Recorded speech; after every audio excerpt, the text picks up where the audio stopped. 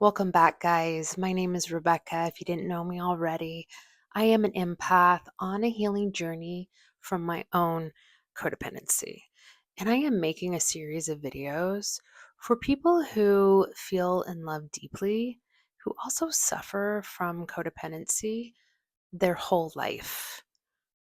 In this series, we talk about how empathy, sensitivity, and early life conditioning shape our relationships, and how healing starts with understanding ourselves. And when you understand yourself, it's important not to blame yourself. Today, I want to talk about boundaries and specifically why saying no can bring up so much guilt, even when we know it's the right thing for us. If you ever said yes when your whole body wanted to say no, or felt uneasy after honoring your own needs, this conversation is definitely for you. Why boundaries feel so hard for a sensitive person, boundaries don't feel natural. They can feel pretty uncomfortable, pretty unsettling, and sometimes even emotionally risky. Not because boundaries are wrong, but because at some point in life, having needs or limits doesn't always feel supported. If you grew up where love felt conditional, where keeping the peace mattered more than expressing yourself, or where disagreements created tension in the home, your nervous system learns something pretty clear. Connection often requires accommodation. Not as adults, when we try to set boundaries, instead of feeling empowered right away, our body can react like something is off. The guilt that you feel is usually isn't proof you're doing something wrong. It's often an old emotional pattern being reactivated. In my own personal experience with this, for me, this has been a big healing journey. I've always seen myself as a loving person, almost like a healer in many relationships. I naturally see the best in people. I see their potential, I see their heart, I see their pain. And because of that, I've held space longer than I probably should have. I used to ignore the red flags, not because I didn't notice them, but because I believed who that person could be.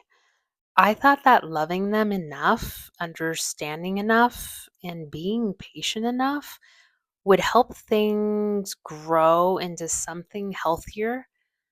And honestly, that mindset backfired on me more than once. Not because loving people is wrong, but because I was loving them at the expense of myself. Another big piece for me is I really don't like disharmony. Tension in relationships feel physically uncomfortable in my body. So, learning how to say no kindly, calmly, and very tactfully has honestly been an art form. I have had to develop this over time, and it is something that I still practice because saying no doesn't mean I stop being loving. It means I'm including myself in that love too.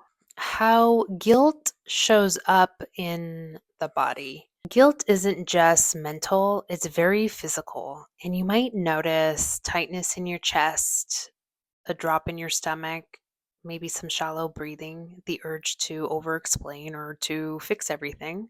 I used to feel that almost immediately after I would establish a boundary. I'd start second guessing myself, explaining too much, and softening the boundary to the point it even barely existed. Not because I didn't mean it, it was because my body was trying to restore this emotional harmony as fast as possible. Boundaries aren't a rejection. One thing that I had learned that boundaries aren't a punishment. They aren't a rejection. They aren't a lack of love. They're actually clarity. They let people know what you're available for and what you're not, and how to stay in a healthy relationship with you. If you've ever learned that love required consistent availability, Pulling back even a little can feel very unfamiliar at first, but healthy relationships don't require self abandonment. Staying with yourself through the discomfort, healing doesn't mean suddenly having perfect boundaries. It means learning how to stay connected to yourself when discomfort shows up. Sometimes that looks like pausing after saying no, noticing your breath, letting your boundaries settle instead of trying to fix everything. Even simple awareness of your breathing, whether it's shallow or relaxed, can tell you a lot about what your nervous system is experiencing. Later in this series, we're going to talk more about gentle breathing and body based practices that help boundaries feel more natural and less emotionally charged. If saying no feels hard to you, if guilt shows up even when you have been honoring yourself, please know this. You're not cold. You're not selfish. You're not too much. You're just learning a new way to love, one that includes you and takes time, awareness, and a lot of self compassion. In the next video, we're going to talk about how empaths absorb other people's emotions and how to start creating emotional separation without shutting down the heart. Thank you for being here with me, and thank you for doing this healing work. It really does ripple outward into the world. I'll see you guys next time.